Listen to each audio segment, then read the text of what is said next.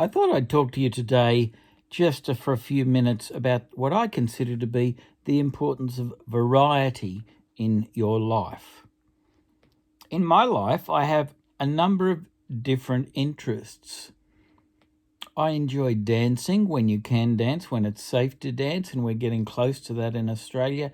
Thankfully, I think in the next month we'll be able to go dancing in large numbers and not worry too much about social spacing, which is phenomenally good news for me because I do love my dancing. Although I need to learn ballroom dancing because I'm really crap at ballroom.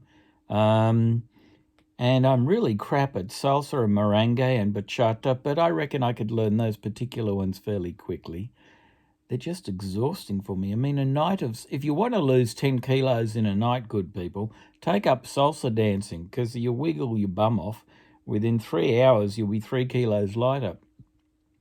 Another interest of mine is horse racing. And being a Christian, I know a lot of horse racing identities who are devout Christians, like Darren Beedman, the former great jockey, now trainer, and Gay Waterhouse, lovely woman.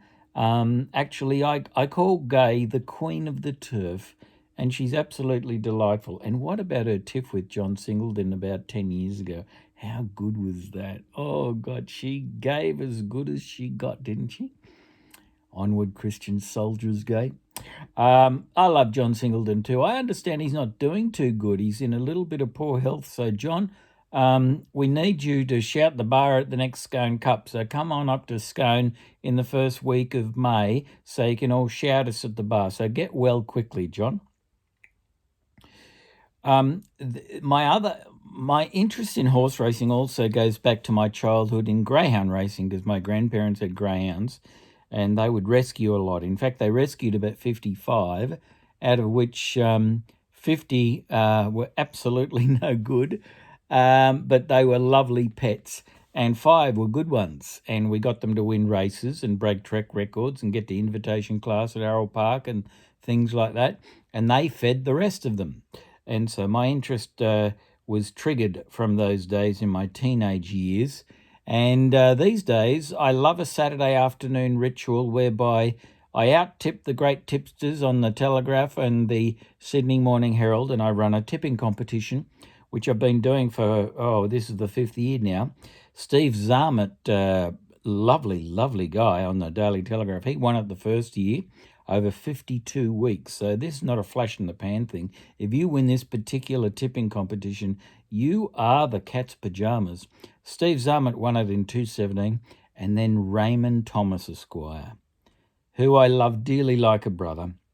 He won it in 2018 and again in 2019. And buggerlugs me, Lord Reags of Oz, the world's greatest, best value horse racing tipster in the world since 1972, I think now. I won it in 2020. So how good was that? Now, somebody has to be the administrator, and no other bastard is doing it. So I've been monitoring the tips, as I used to do when I was a media liaison officer at Richmond Race Club and promotions manager for many years, about a dozen years. I did a tipping competition over 12 months at Richmond on all the tips for the greyhounds, and Tony Squires, the greyhound recorder, won that particular competition. And my survey was so thorough, so comprehensive, it was featured by none other than gangster George Freeman in defending himself in the Street Royal Commission of 1984, with the eminent QC Sir Lawrence Street presiding. Now, he used my statistics as the only person in the world to gather such data on the success or otherwise of media tipsters.